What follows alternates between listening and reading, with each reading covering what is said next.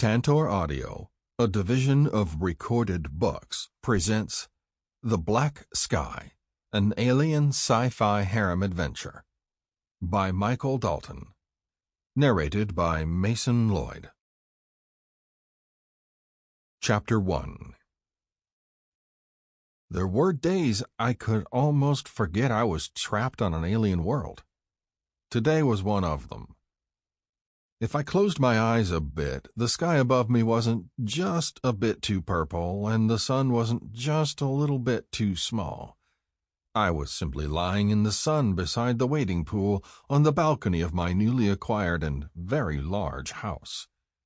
As long as I didn't look off to my right, out into the city, I didn't see that the house resembled a Mayan temple, didn't see the armed cat girls patrolling the exterior, and didn't see the clusters of not-quite-human people outside the walls looking up at me. But I didn't want to keep my eyes closed for long, because that would mean not seeing my 5 beautiful wives as they lounged and played in the water. There was Ayarala, my first wife, who was the most human in appearance, with her elfin features, pointed ears, and pale to translucent skin. She was of the Taitalan race of Duenda, and had the purple eyes and metallic golden hair that was common amongst her kin. There was Kisarat, my second wife, the Talalong with serpentine eyes, patches of scales across her skin, and a long, snake-like tail. Her emerald hair sparkled in the sun, like strands of green glass. Naralora, my third wife, was Linyang, the same race as the cat girls patrolling my house. She had small, cat-like ears poking out of her obsidian hair, feline green eyes, and a long, furred tail. Instead of nails, she had small, retractable claws at the ends of her fingers. Then there was Eladra, the Cunelo, who looked like a literal Playboy bunny with her big breasts, long white ears, and a small, fluffy tail. But that contrasted with her light brown hair, light blue eyes, and perpetually innocent expression that made her seem more like that girl who grew up next door. Finally, there was Marindra, with her ruby hair, red-brown eyes, and a body like a lingerie model. She was Sorai, and had the fox-like ears and long, fluffy tail that distinguished her race. She was the tallest of the 5, though she barely came up to my chin. Taitalans were a short people, and I towered over everyone I'd met so far. I watched them playing together, but stayed where I was on the sunbed along the edge of the balcony. Swimsuits were not a thing on Taitala, so of course they were all naked. It made sense when you thought about it. Taitala was about 99.9% female, and absent patriarchal ideas about female modesty, there was no practical reason why you would need clothes to go swimming. I had several dozen other wives, but these 5 were the inner circle and my favorites. The overall total was constantly fluctuating because of the agreement I'd worked out with the clan leaders. When I arrived here 6 sampars ago, roughly 2 Earth months, as a sampar was 10 Taitalan days, through a strange crystal cave in the mountains above San Diego, I was received as a legendary creature known as the Makalang. The Makalang was a sort of Taitalan analog to Bigfoot. That is, if you imagined Bigfoot as the ideal specimen of masculinity. Taitalan males, who were about as rare here as a 4-leaf clover on Earth, were effete, degenerate, 3-foot-tall, blue-skinned creatures who largely kept to themselves while the females ran everything. Everything that was, except the process of reproduction. Taitalan females who wanted to bear children had to present themselves to a receptive male and hope to be chosen as wives, and then hope that their chosen male might get around to having sex with them sometime within the next 5 or 10 talans, a talon being a Taitalan year and about twice as long as a year on Earth. Because the act of reproduction was a very brief, mechanical process devoid of pleasure for either party, The males cared little for it, except to the extent it allowed them to extort concessions from females. And that was in the best of circumstances, which the present situation most certainly was not. Not only were Taitalan males generally uninterested in mating, it was a thing only the younger ones were able to do with any frequency. Males lived a lot longer than females, at least twice as long, but almost all of the males who were still alive were so old that they had little ability to mate at all. So few children, male or female, were being born now that their entire society was on the verge of extinction. I'd been told that it hadn't always been this bad, but over the past several centuries, Taitalans used a unit known as a Kumalatalan, roughly 80 Earth years, the number of male children, as well as their vitality, had been slowly declining. The upshot of this was that Taitalan civilization was dying. Around this grew the legend of the Makalang. The Makalang, the stories went, was a tall, virile creature who took many Taitalan females as wives, mated with them regularly, and sired many strong children. So strong was the attraction of this legend that it supplied a substantial amount of plot material for the Taitalan equivalent of romance novels and dramas. Except, as I'd found out, the Makalang wasn't just a legend. There had been other Makalangs before me, and though there was still a great deal I didn't know, I had come to the conclusion that the Makalang played some key role in the survival of Taitala. My main job here, then, was to father as many children as possible. On that point, I was off to a good start. I figured Ayarala and Kisarat would be starting to show soon, while Iladra and Marindra likely wouldn't for a while longer. About half of my other wives were also pregnant. Those other wives included some I'd taken from the previous owner of my house, a male named Ajiajara, who had tried to confine me in an assembly line breeding operation. I, naturally, objected to this, and our disagreement ended with a sharp stick through his head. The custom on Taitala was that if a male with wives and assets, the term was sulagoi, defeated another in combat, the winning male took all the loser's wives and possessions. So I ended up with a house, lots of females, and a shit ton of Taitalan money. The remainder of my current wives had been sent by the leaders of the clans.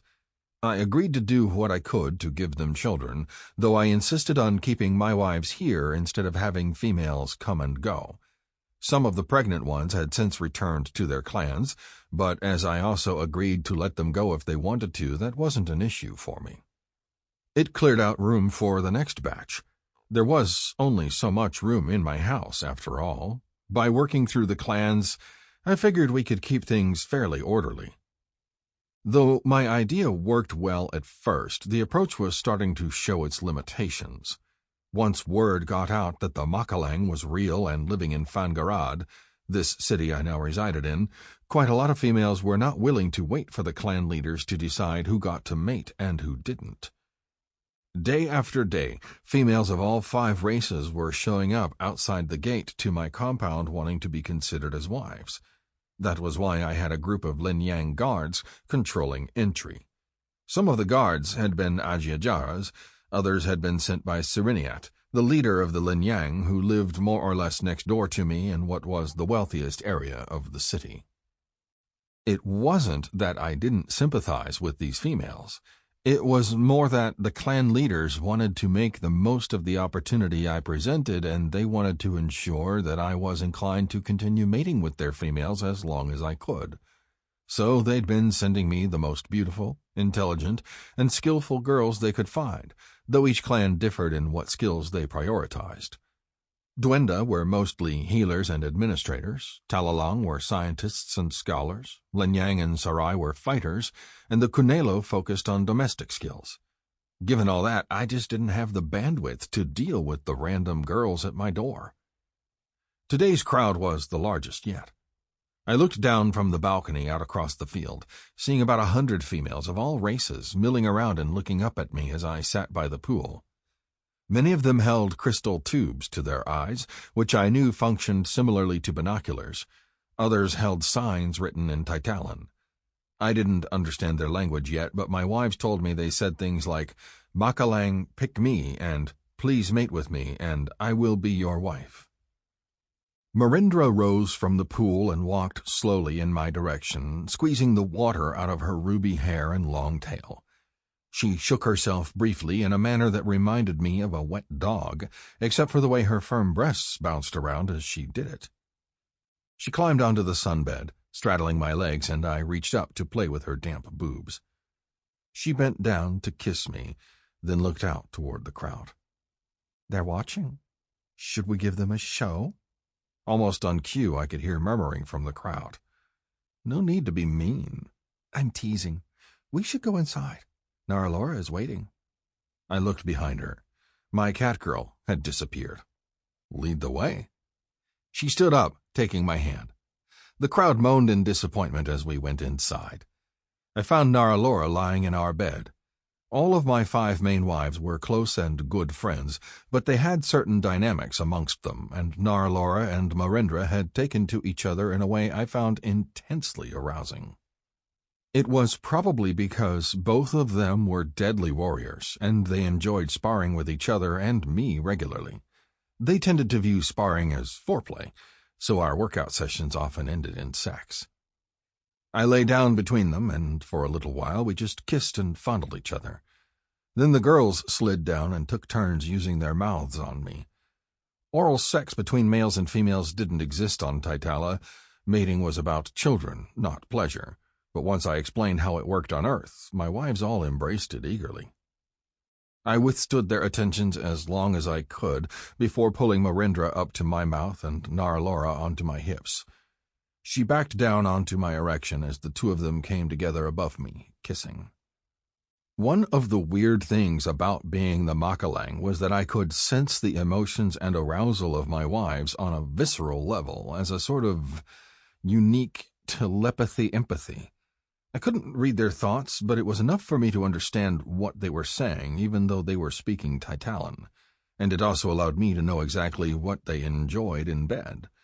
So as Marindra rode my tongue and Naralora rode my dick, I could feel them growing closer to orgasm, could feel everything inside them as if it was happening to me. And this same weird connection also caused me to absorb energy from their bodies at climax, drawing it out of them. Among other things, the process dramatically accelerated my healing abilities, and if I did it enough times in a short period, I grew strong enough to, among other things, wipe out an angry group of armed Linyang without a scratch, which I'd done escaping from the cell Ajiajara had me confined in. Naralora came first, legs shaking, tail thrashing over my legs, and fell to the side. Marindra fell forward, taking me back in her mouth. Then she shivered and released herself, thighs and tail battering my head. I let her coast down, then rolled her over. I sat up on my knees and moved between her legs. She welcomed me into her. Taitalan males, with their tiny stature, had penises about the size of an average earthworm. That meant the females had some adjustments to make when I came along. My wives were used to me now, but they were all still wonderfully, deliciously tight. I looked down at Marindra as I drove into her, watching her breasts shake under me and a lustful look contort her face. I wasn't going to last long, but as I grew close to orgasm, she began tapping my hips. "Sulugoi, my body is yours, but you should give your seed to Naralora." Shit, I had forgotten about that. I stopped and withdrew. But before I could do anything, Naralora jumped up from the bed and ran over to a couch across the room. She pulled her knees up to her chest and looked out the window. I went after her, sitting down next to her and hugging her, but she remained rigid in my arms and I could see she was fighting tears. Hey, pussycat, it's okay. I don't need your pity." "It's not pity. We just want what you want." She tried to pull away from me. "I failed you as a warrior, and now I have failed you as a wife." She was referring to the fight with Ajiajara when he'd taken her hostage. I'd killed him, but he'd then nearly killed her. Only the energy I'd stored during my escape had been enough to heal her. "You did not fail me. I couldn't have escaped in the first place if you hadn't unlocked the door." I should not have been taken like that. I knew he was in there, yet he surprised me like a rank kitten. We beat him. We. You were part of it. Fine, we beat him. Then maybe I should join the guards. I am of no use to you otherwise. I pulled her to me again, and this time she relaxed, leaning against me and crying. Babe, it's only been a few sampars. These things don't always happen right away. Yet you have somehow put every other female in this house with child. I wanted to say, not everyone, but I knew that wasn't the point. Even your bunny girl, she spat, using my term of endearment for Eladra. Hey, that's not fair. This has nothing to do with her. She sighed. I am sorry. I love Eladra, I do.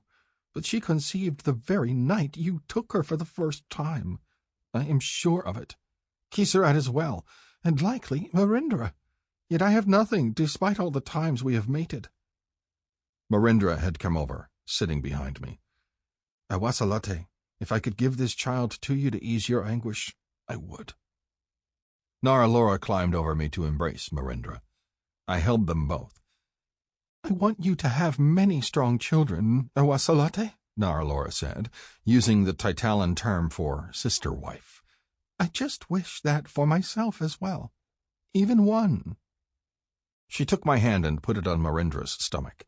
The emotional connection I had with my wives when I tried also allowed me to sense the children within them.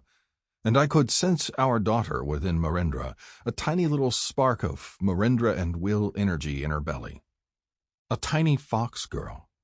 I knew somehow that it was female, as were all the children I'd fathered so far. I would almost certainly never see a male child, given how the birth rate was even more skewed than the population. Maybe 1 in 1,000 Taitalans was male, but at best 1 in 10,000 births these days produced a male child.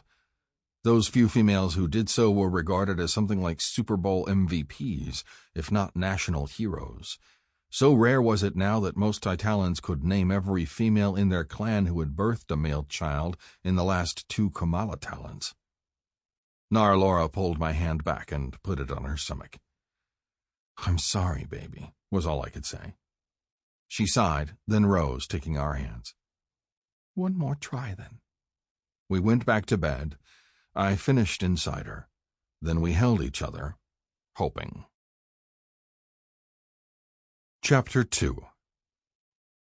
I had a meeting that afternoon with Beresibi, the clan leader of the Sarai. She lived in Fangarad as well, in a compound a few houses away from mine.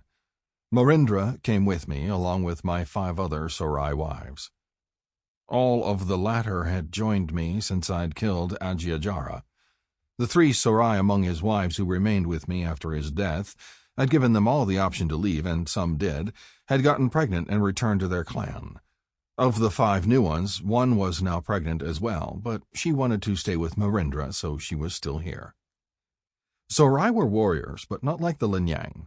While the cat girls made the most of their agility, using light weapons and a lot of moves, not unlike the martial arts I'd studied back on Earth, Sarai usually wore a set of fiber composite armor and fought with a long and short pair of crystal swords. Our group was armed and armored, including me. Not because we expected any trouble, this was essentially a business call, but simply because it was how Sarai did things. Showing up at Veresibi's house unarmed would be seen as weakness. So I had my katana and my green carbon fiber LARP armor. When we got to the gate of my house, the Linyang guards began yelling at the crowd to move back, but there were enough females outside that the guards had to push them backwards with long staves. I'd given them strict instructions not to hurt anyone, so they were doing it as gently as possible. The 6 Sarai took up a cordon around me as we left. The females in the crowd began chanting, Makalang! Makalang! And generally yelling and calling to me to get my attention. All of them were pretty, most were beautiful, and I saw a few I would have ranked as drop-dead gorgeous. There wasn't a single one I would have turned down back when I was a lonely, divorced dad on Earth. But I knew if I stopped to talk to any of them, I was liable to precipitate a riot. The crowd followed us all the way to Veresibi's compound, yelling and chanting, not stopping until her guards pushed them back away from the gate. Finally, we got inside. I took a deep breath, feeling a bit like some kid in a boy band. "Maybe we should start doing interviews with the girls at the gate," I said to Marindra. "I feel bad just ignoring all of them. Some of them looked like possibilities." She ran her fingers through her ruby hair as she got her bearings. "We can," she said, "but if we start doing it, there will be 1,000 out there, not 100. "We will be lucky if it is only 1,000, one of the Sarai said. "Think about it. Talk to Kisarat. There has to be a way." Marindra nodded. "As you wish, my Sulagoi." One of Verasibi's people came out to greet us. Her house was yet another example of Taitalan architecture. Like Ishialik's rose-bodied house and Sereniat's soap bubble compound, that I couldn't compare to anything on Earth. There were 7 transparent crystal chandeliers, one for each color of the spectrum, arranged in a random order around a neatly landscaped and manicured garden. An array of glittering crystal bridges connected them, one set about midway up and another connecting the top of each tower. Verasibi's attendant led us to the violet cylinder, and we followed her up a stairwell to a room at the top. There were doors in the glass all the way around the cylinder, most of which were open to a ring-shaped balcony. We had a 360-degree view of the area, and I could see my house a few hundred yards away. The crowd of hopeful wives was still clustered outside where we left them. Verasibi was waiting for us. She was an elderly but still robust Sarai, her hair and fur largely gone silver. She wore an expensive-looking wrap along with small silver earrings. Metal was extremely rare on Taitala, which made those earrings worth almost as much as her house. Marindra greeted her warmly with a hug. "It is good to see you, child," Verasibi said, "but you should be home with your mother. I must obey my Sulagoi grandmother, and I wish to raise our child with him." Verasibi grumbled, "I suppose the child is what matters." She turned to look at Shirala, the other pregnant Sarai among my wives. "And you, I have heard you are with child as well. Yet here you are." Shirala just nodded. "I obey my Sulagoi, clan leader." Verasibi turned back to me. "The old must give way to the young," she said, "for they will inherit this world we seek to save." "Ha! You have been quite busy, Makalang. 5 Sarai with child in as many sampars, an abundance, and surely many more to come." "You have sent me an extraordinary selection of wives, Verasibi." And she had. Smoking hot didn't begin to describe my collection of fox girls now. Marindra was one of a kind, but the rest of them were pretty close. Her comment made me remember the night I had impregnated Shirala. I knew when it happened because I had mated with her only once. Marindra had been there along with Kisarat, and let's just say they deserved equal credit for the child. I really needed to get to work on the rest of them.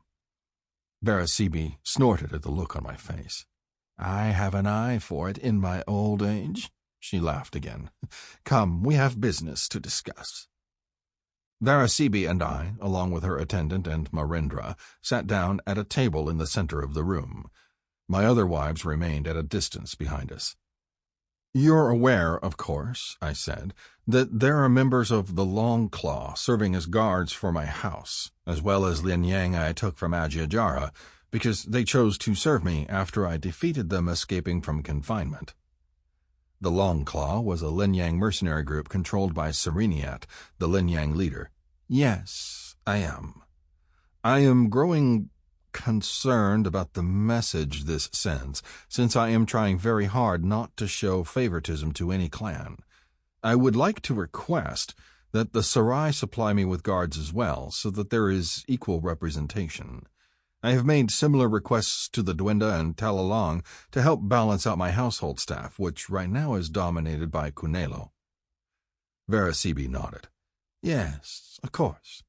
That is not a problem, and I agree with the message the current situation sends. But there is another, more serious matter I wish to address, and that is your primary role here. Your household staff is not the only thing the Kunelo are dominating." I groaned. I knew this was going to come up sooner or later. I can't help the fact that they're so fertile. "Every single Kunelo wife of yours is with child. As pleased as I am with what you've done with your Sarai wives, the fact remains that there are now 10 Kunelo expecting children against half that of my people." Verasibi wasn't exaggerating the situation. It was beginning to feel as if I just needed to look at the Cunelo girls the wrong way to knock them up. Like Eladra had been, it was pretty much one and done with them. I have been trying very hard to maintain equal representation amongst my wives. I can't help it if it takes a bit more effort with the other races. I am not concerned with equality in wives.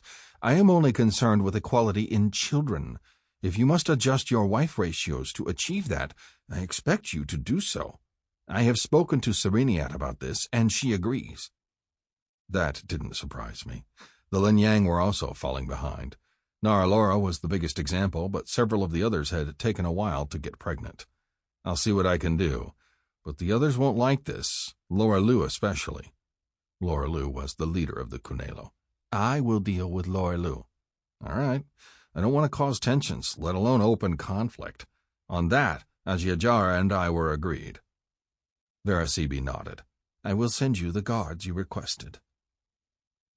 On the way back, Marindra walked close to me. Will, I support you, of course, and I'm happy that you want to maintain close relations with my clan, but I need to warn you that my grandmother is no one to be trifled with. Okay. I love her, but please never forget that gracious smile is made of teeth. When we got back to the house, I found Ayarala and explained the idea I'd gotten on the way to the meeting. I want you to start selecting a few Sarai and Linyang from the girls up front. Just a few, the best examples. That shouldn't be hard.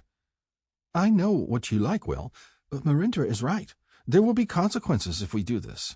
I'm prepared to handle it. She nodded. I'll talk to Kisarat, and we'll get started right away. Try not to make a big deal about it. She rolled her eyes. That part may be difficult, but you should talk to Eladra, too. That's where I'm headed. Good luck. She rose up on her toes to kiss me. I love you, Makalang. I went upstairs to the third floor where most of the wife quarters were. I found Eladra in one of the common rooms with several of the other Cunelo girls.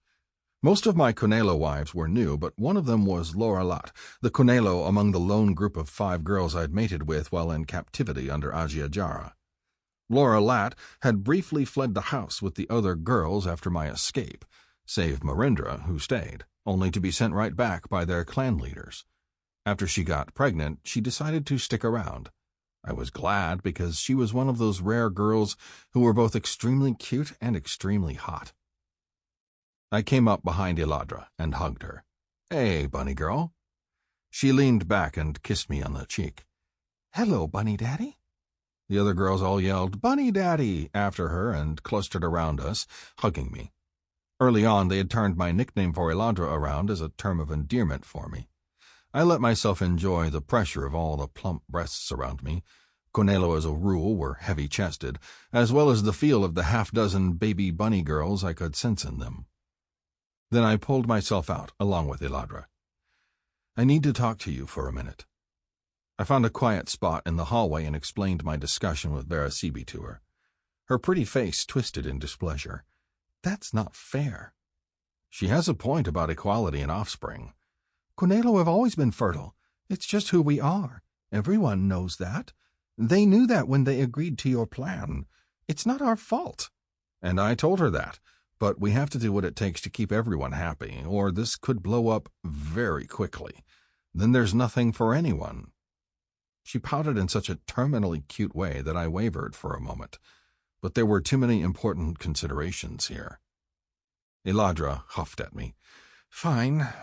It's up to you. You have to deal with all of them. I'll make it work.